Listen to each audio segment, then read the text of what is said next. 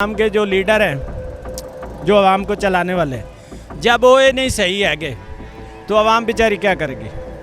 अब जब इधर वोट लेंगे आपसे बड़े बड़े वादे करेंगे, बड़े ख्वाब दिखाएंगे, जब उधर असम्बली में जाते हैं सब बिक जाते हैं। देखें जी, बात ये है कि एक तो हमारी आवाम जो है अपने कदमों पे खड़ी नहीं होती। अभी देखें इमरान साहब के साथ क्या हुआ है, ठीक है, इंसाफ देने वाले जो हैं वो भी नहीं इंसाफ कर रहे हैं।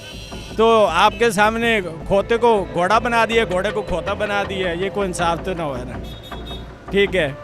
अभी जो ये अभी आपके सामने इलेक्शन कमीशन साहब ने बल्ले का निशान उनसे वापस लिया है। किसी पार्टी का निशान किसी ने वापस लिए नहीं लिया, तो फिर ऐसे बस आप क्या कहते हैं, लोग बेचारे महंगाई की वजह से परेशान हैं, अपने बच्चों के रोज़ी की वजह से। अब इन सियासी लोगों का हम रड्डी रोना रोएं या अपने बच्चों का पेट पालें।